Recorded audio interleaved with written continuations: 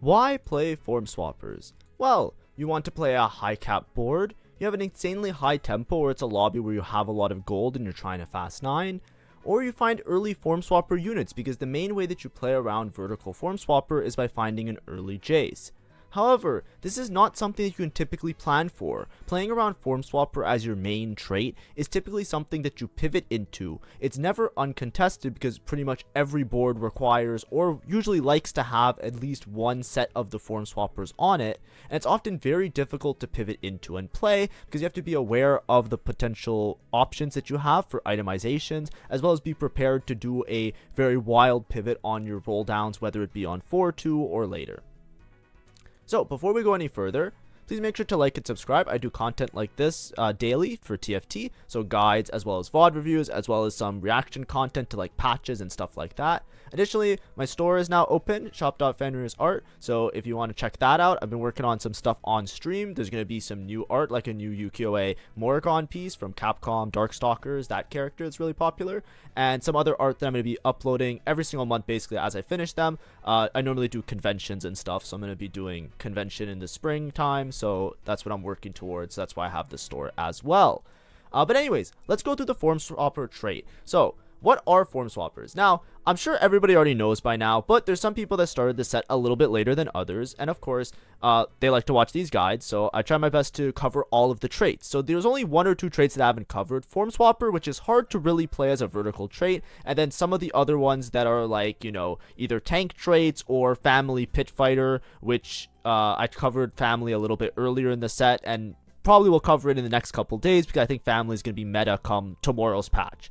Form swapper just got a buff, so these numbers are going to be outdated as of tomorrow. But basically, the way that form swappers work is that they can either work as a frontline unit or a backline unit. So each of the form swapper units has an ability that changes whether they're in the front line or the back line. So the front 2 rows or the back 2 rows. Whether or not they're in the front line or the back line, they will gain durability or damage amp. So recently, or coming tomorrow at least, the 4 form swapper is going to get a buff that they're going to get 5% more durability and whatever. So you can already imagine that form swappers are a very popular synergy because they are very flexible. You can use them as frontline for extra frontline or backline for extra backline, and they gain extra tankiness as well as innate abilities. The units themselves also have very strong abilities and are very strong themselves. Gangplank does a lot of damage. Swain does a lot of tanking or a lot of damage. Elise has a stun, best stun in the game. Pretty much every comp plays Elise. Jace has a crystal that just works as an extra target dummy. It's insane. So when you're thinking about form swappers, you have to think about them as both their frontline units and their backline units. A lot of people ask, like, you know, are form swappers strong? Are form swappers good? Can I play around form swappers? The answer is obviously yes. The problem is that most boards play form swappers, and if you're trying to play around 4 form swapper, you need to hit a Jace, which is a completely separate situation, which we'll talk about in a second. This is a slide that I'm not going to go through. It's just I had a lot of trouble personally finding the abilities of all the form swapper units, like both of them, like especially on like different websites and stuff. So I just made this slide here so that you guys can check it out. But basically all you need to know is that you'll see in every one of these units a front row and a back row thing. So whenever you're playing the unit, if you put them in the front 2 rows, they'll have one sort of active or passive ability, and in the back 2 rows they will have a different one. Gangplank is an AD unit typically. Swain is a Sork unit and has a lot of AP scaling. Elise has AP scaling, but a lot of times you just play front row because of the stun. And then Jace has AP scaling on his crystal, which we'll talk about, and then backline or front row backline Jace has AD scaling on his ult ability, where he's basically doing a bunch of damage. Now, when to play and what the board pivots, this guide is gonna be a little bit different than some of my other how to play guides, because something about form swappers is that you can't really angle towards form swappers at the start of your game. You cannot start on 2-1 and say, this is a form swapper game. That's ridiculous. And unless you're in a lobby where you're not getting punished and you basically have free reign of, like, you know, infinite HP and infinite gold, you're not able to like make a decision like that, because playing around form swappers is very difficult. And I'll explain why in a second. One thing you should notice is the first reason. What do you notice about these units, maybe besides Jace?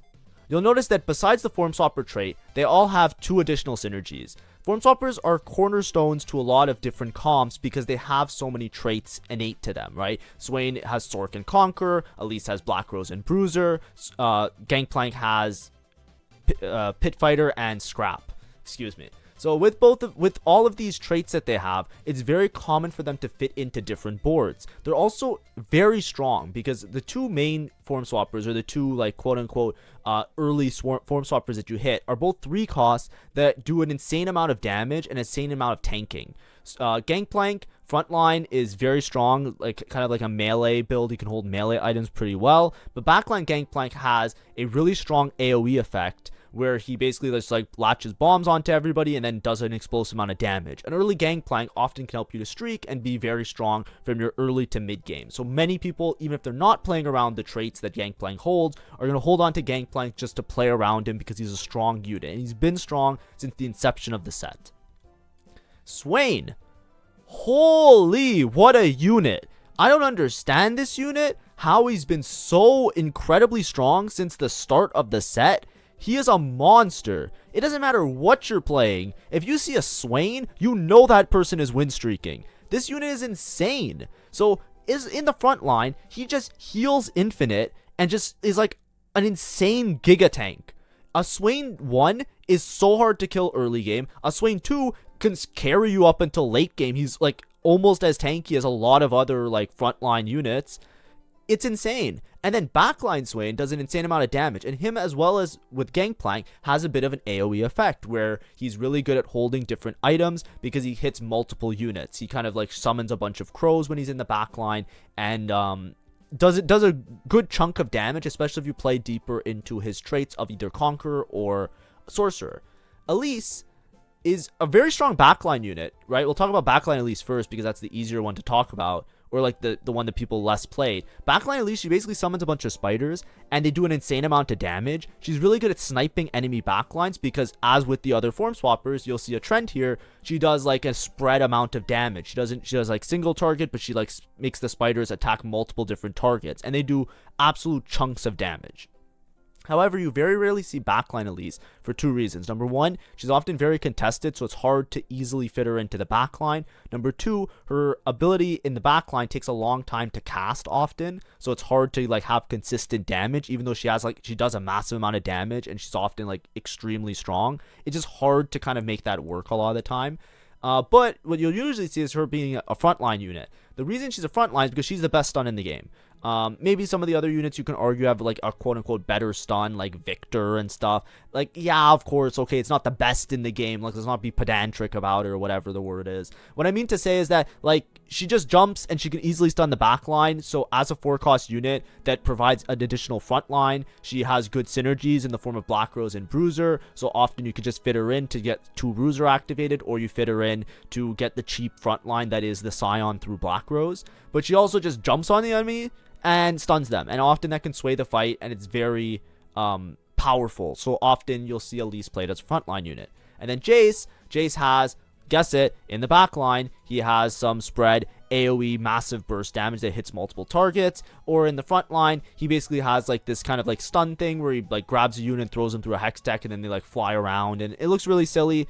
But a lot of times with Jace, what you're really thinking about is the fact that he also comes with this crystal. This crystal, either if he's backline Jace, gives attack speed to nearby units, or if he's frontline Jace, gives shielding, if I'm not mistaken. I think it says here if it's shielding. Yeah, it's a shield, which scales off his AP stat.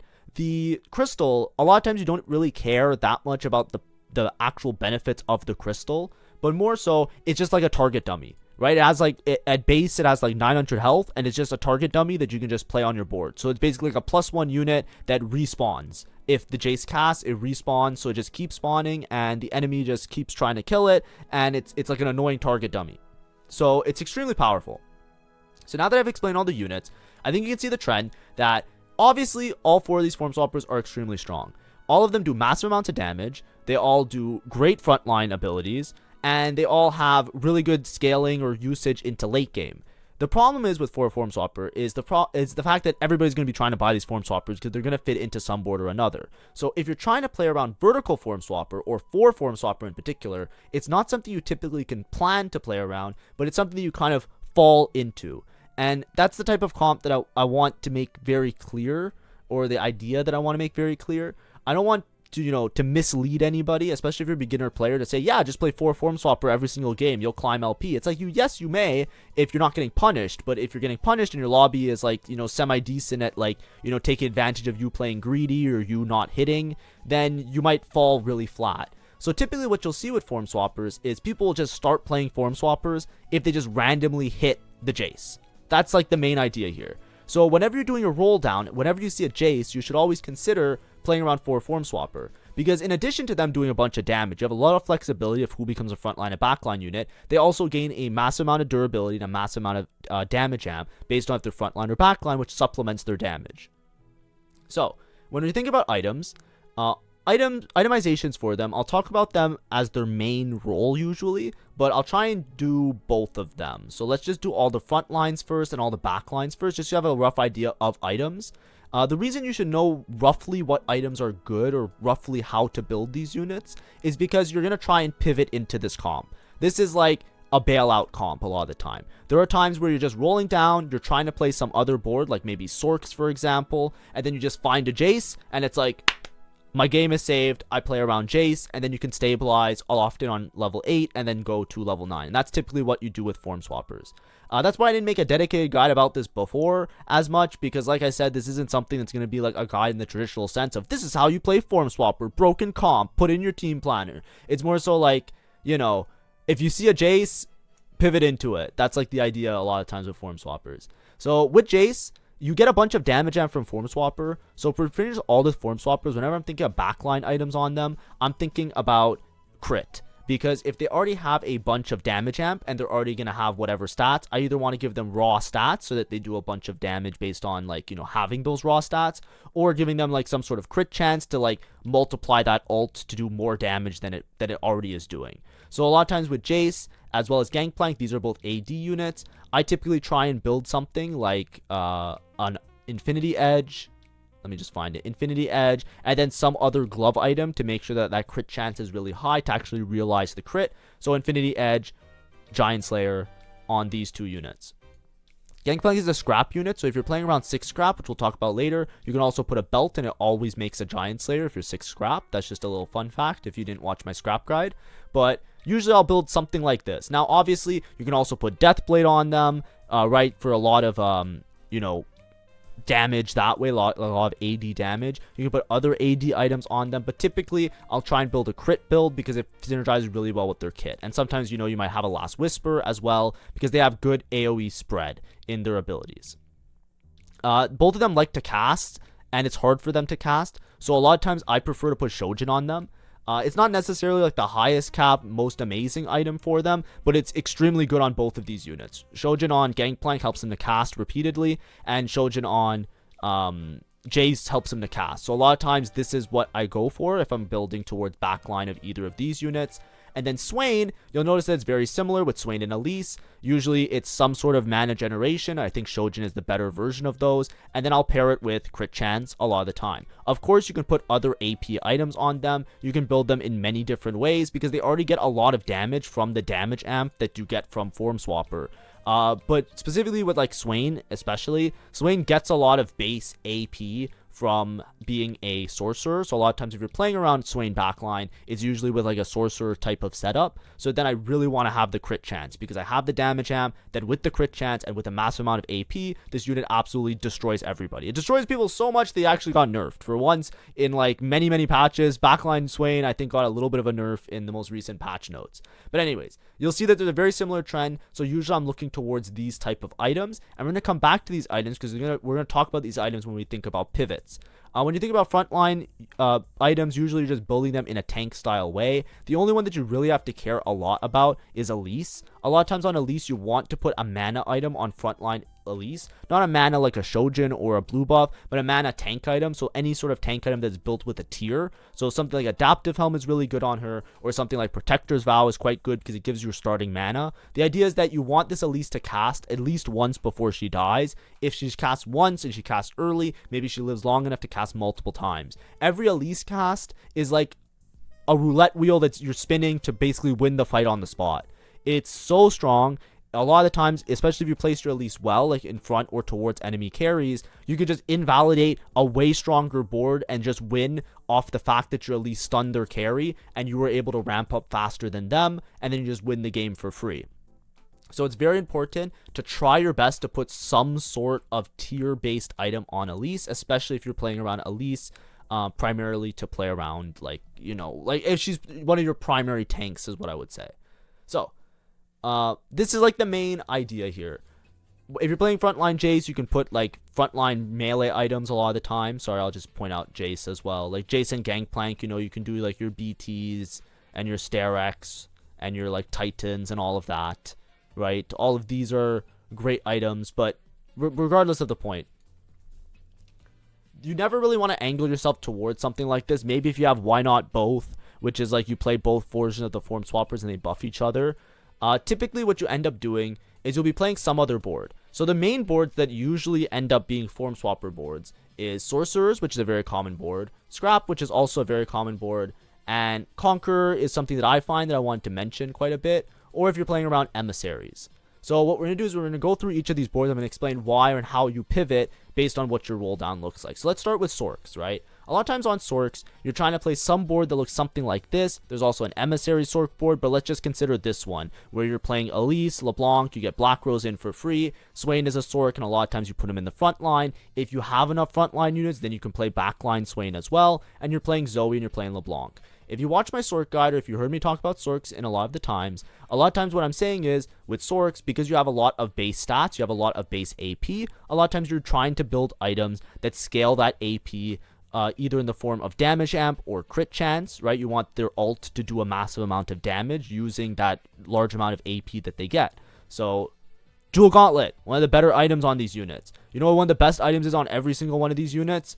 Guard Breaker. A lot of times, like LeBlanc, you obviously want a lot of attack speed, so a lot of times it's like a Nashor's or a Gwynsu or a Red Buff, right? Attack speed works really well on her because she gets like an empowered state, and when she casts, she just like repeatedly does damage that way. But a lot of times when you're building around Sorks, even on LeBlanc, Guardbreaker gives a good amount of attack speed and it gives her a bunch of damage amp, so it helps to realize a lot more power in the form of her ult. So if you look at these items, you'll notice that they're very similar to some of the other items that we would have seen already. Form Swappers leans itself really heavily into comp like this because it basically works with very similar items. So of course, if you're on a roll down and you're trying to play around Sorks, and let's say you don't hit LeBlanc and you don't hit Zoe, but you have a board that looks like this and you see a Jace. What you can do often is you can just pivot into playing around Jace, especially in your mid game, because you're going to have items that work out well. You might not have the best items for him, but a lot of times if you're playing around Sorks, you should already have something like a Guard Breaker, or you'll have some backline AoE style damage thing, something like a Red Buff or a Morello. So a lot of times if you find a Jace, you can easily just take a couple seconds to pivot into a board that looks something like this. This is what I mean by it's like often a good pivot option. It's something where if things are going bad and you can't really make a board work, you play around for Form Swapper. It often stabilizes you on level 8, and then on level 9 you can basically cap out a lot higher around some sort of board. A lot of the times when you're playing Form Swapper with Sorks, you might stabilize with backline damage Jace, but eventually you just play the Form Swappers as extra frontline, and you can often play a 4 Form Swapper variation of Sorks that looks something like this. I think I talked about it in my Sork guide. But obviously, if you're playing around Sorks and you have augments that deal with Sorks, you might be able to play a backline Swain with 4 Form Swapper like this as well, because you have so much frontline, right? If you have another 5 cost here, I think this is 10 units though, so like you probably don't have Mordekaiser. But between the Jace frontline, with the Crystal, with the Elise, with the Scion, you basically have infinite bonus units on your board. A lot of times you can afford to play backline Jace here and just have a lot more burst damage. Or sorry, backline Swain a lot of the times. Or you can play Swain frontline and you can put Jace backline still, right? But you have the opportunity, and then if you're like really screwed and you don't have a lot of frontline upgrades, you can play 4 Form Swapper as your frontline because they all gain durability. But there's a lot of variations like this with Sorks that you should always hold on to a Jace if you see a Jace. A lot of times with Sorks, especially if you have a Sork emblem, you have a lot of free space on your board in order to play around these units. So what I'm trying to say is that when you're playing around Sorks, you might want to pivot into Form Swapper. Now, one of the more common situations I see where you pivot into Form Swappers is actually with Scrap. So Scrap is a very expensive level 8 board that often requires you to have a very large amount of econ in order to properly hit all of your units. So when you're playing around Scrap, you're typically playing 6 Scrap. You play 2 Form Swapper with this board anyways because Elise fits in nicely to give Bruiser to your whole board, and often you're playing Gangplank in your game. When you're playing Gangplank, a lot of times the items on Gangplank are going to be good AoE style items because he has an AoE effect. So you'll put Morello on him, or you'll put Red Buff on him if you're building that, which is a little bit later. You usually have anti-heal, so you usually prioritize a little bit later. But a lot of times you're putting like, a Last Whisper or other items like that. When you're playing 6 Scrap, additionally, a belt will always turn into a guard breaker on Gangplank.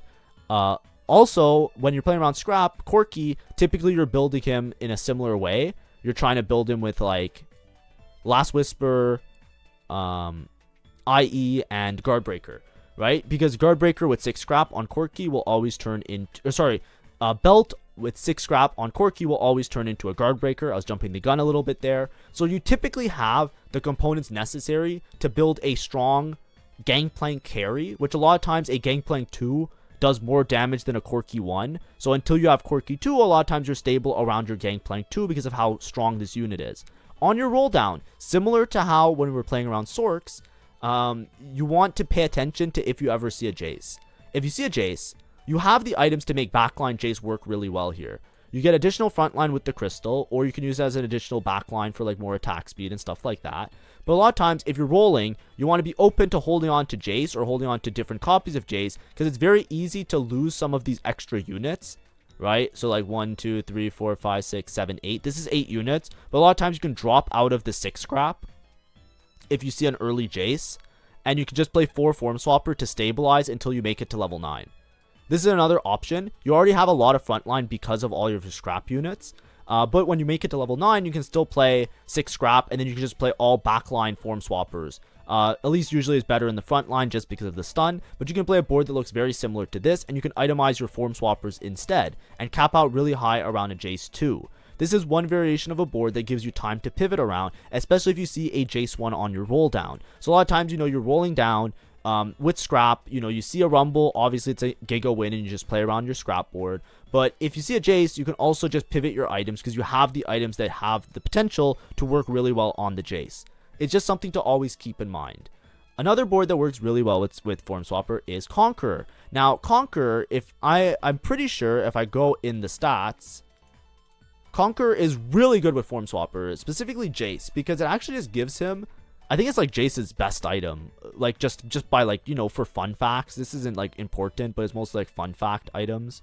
Oh, it's actually dropped quite a bit. It used to be his best item, but it's always really good. Conquer Emblem. Conquer Emblem was always really good on Jace. It fell off a little bit, but I think that's just because Conquerors is kind of like, it's kind of bad right now. But Conquer Emblem on Jace and Conquer Emblem on Gangplank works really well. Specifically Jace, all of his AD that you get from Conqueror, because Conqueror just gives you a bunch of AD or a bunch of AP, the AD that you get from Conqueror translates into a lot of Jace damage because just a lot of stats for his active where he just does a huge amount of damage. The AP scaling doesn't get wasted on Jace at all because it completely goes into buffing his crystal. So either making the crystal grant more attack speed or grant more shield if you're playing around frontline Jace. So a lot of times if you have a Conquer Emblem, one of the best holders of a Conquer Emblem is a Jace for that reason. A lot of times if you're playing this board, you'll often play it with a Gangplank anyways. When you're doing your roll down, especially if you have a Conquer Emblem and you see a Jace, you almost always buy a Jace, and you easily just pivot into 4 Form Swapper. Even if you have to drop some of the Conqueror units, a lot of times it's often stronger if you're not playing for like a Giga win out to get your max cash out Conqueror to just play 4 Form Swapper around the Jace in this situation. Finally, the main board that you would play if you're actually trying to angle around Form Swappers usually is something that looks more like this. So a lot of times when you're playing 4 Form Swapper, an easy level 8 board that you can play if you're able to pivot into it, or if you have the opportunity to play this board, is Emissary. So if you're playing around Emissaries, a lot of times like with Emissaries, you'll often end up buying like Corki Vi, this old board that used to be quite good, but now it's like a little bit too slow. Right, if you're playing around like AD Emissaries, even if you're playing around AP Emissaries, like you're playing around Sork Emissary, either way, if you're using the Emissary core of the 4 units of Mbessa, Garen, Nami, and Tristana, a lot of times you're holding on to these units, especially if you're playing Emissary Sorks, which is one of the higher cap versions of the game, or versions of the board. If you find an early Jace, once again, if you find an early Jace, you play the Jace, and you can play around 4 Emissary, 4 Form Swapper. You can cap out really high because with the Emissary board, you're basically buffing the entire board by giving them armor, giving them attack speed, giving them mana generation, which is really important on units like Jace and Gangplank as well. And you're giving them the HP in the front line in the form of this Garen. This is one of the higher cap boards that you typically see. It's often a board that you also see if you're playing around like Gangplank reroll and Swain reroll. Like Swain 3, Gangplank 3. There's also Conqueror variations of this. This was a board that everybody kind of figured was really strong. And I remember I used to get lots of comments like, hey, are you going to make a video on Gangplank reroll? Are you going to make a video on Swain Gangplank reroll? Make a video on Swain Gangplank reroll. It's really broken. And I guarantee you, nobody talks about it anymore and nobody plays it. Because at the time, it's exactly like I said. You can't really play any of these boards. This is the main problem with Form Swappers. Because they share so many traits, I just showed you like 3 or 4 different boards where the same Form Swapper units, the low cost and the high cost units, all fit in very nicely. I guarantee you almost every board in the set of TFT, even like Urgot reroll plays Form Swapper, like every board almost can fit in the Form Swappers very easily, and especially Jace. Jace is like one of the greatest +1 units in the game. If you ever have an empty spot on your board, just playing a random Jace is amazing because he counts as almost like 2 units because you get the Hextech Crystal. So nobody talks about re-rolling Swain and Gangplank anymore, and I'm sure they will come tomorrow because everybody's going to say Form Swapper is broken because they got buffed, but you can't re-roll them easily because everybody holds on to those units. They're either going to hold on to them early game because they're good at spreading damage. Like I said, they all have an AoE effect, so you can put utility items on them very easily. They're extremely tanky, like Swain. You can usually just stabilize around a Swain 2 and just be like stable until like level 9.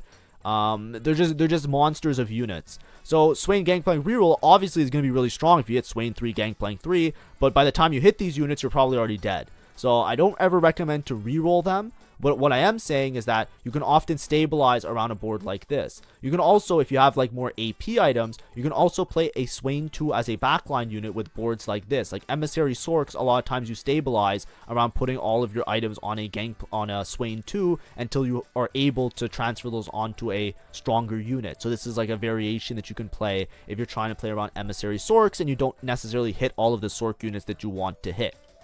Of course, it's very adaptable, these boards, because if you need more damage, bang, you have more damage. If you need more tank, bang, you have more tank. It's very easy to swap the units around because that's like their innate trait. And because of the amount of durability that they have, they're insanely strong frontline units just out of the box without any items. And with their damage amp, they're also insanely strong backline units once you get to 4 Form Swapper.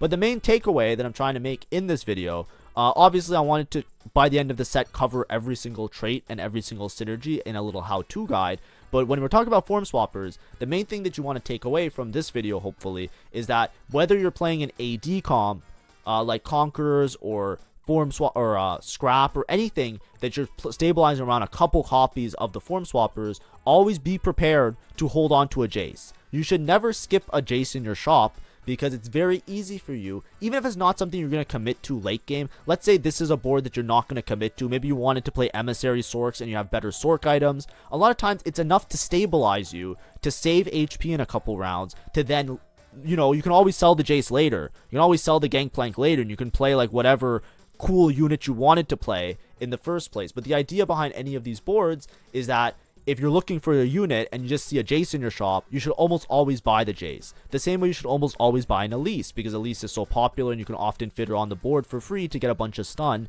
They're like a crux of flexible play, and it's very important to recognize their importance and just to think to yourself, okay, I can easily just slot in 4 Form Swapper here and make it work out, and that will stabilize me for a while because Jace is really strong, Gangplank's really strong, Swain's really strong, and Elise is really strong.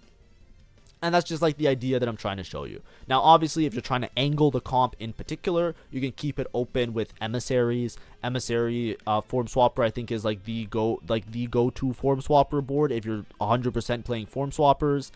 There's other versions where you just like throw like 5-cost soup, right? So that's like, you know, you lose some of these units and you just play a bunch of 5 costs instead of emissary, because you can easily fit in like a Mordekaiser or a Malzahar, a Rumble, for example. right? I don't know the exact board, but it looks something like, you know, you play like Vi. This is like really flex play though. Like it's not something that's like recreatable. It's something that you just kind of like stumble into. Something like this. I forget. Not you, not you. Something like this, you know, where you just have like insane everything and you just play like all the 5 costs that you can with like form swappers in there. I wouldn't recommend like aiming towards something like this, but like, you know, I've seen a lot of max cap boards that kind of build upon many of the synergies. But anyways, in conclusion, what are your conditions for success? Pretty much hit an early Jace, right? You shouldn't really be thinking about 4 form swapper unless you have an early Jace. You could always think about it late game and think about like, this is a way I can cap out my board if I go to level 9. But it's not something you should always end up playing. It is something that is really strong, either to give yourself a lot of frontline. So remember when I was talking about Black Rose, I was saying even Jace, you don't even have to play him as a backline unit. You can just play frontline Jace and get 2 extra frontline units in a board that doesn't have much frontline. You have many different options to stabilize your board. And that's the idea, is you want to have good items for pivot. If you have items that can actually itemize the form swappers, you won't be disappointed, I assure you. And often you need high econ or strong tempo if you're trying to play around some of these more expensive boards like emissaries with form swappers. Let me just like put them back on here so you guys can see. Sorry. Right, if you're trying to play a board like this where you're playing around emissaries and form swappers, it's very expensive because you're playing around multiple 4 costs that all need to get upgraded. You're also playing around a 5 cost, which is going to be hard to find or extremely high roll. And additionally, emissary is hard to play because if you have 3 emissary units, you can't play them. So a lot of times if you don't have 4 emissary, you can't properly pivot or play your final board. And you're often in Ambessa jail or Garen jail, even if you're uncontested. If you're missing one of them, you can't play any of them. So sometimes, like, you know, you can have Garen 2-star, Nami 2-star, Tristana 2-star, but if you don't have an Ambessa, they're all stuck on your bench a lot of the time. So that's what I mean by you need to have really high econ if you're trying to angle yourself specifically towards the form swappers. But the whole point of this video was just to say, hey, here are some flex options that you can play around form swappers because, you know, it's really hard to play around them otherwise.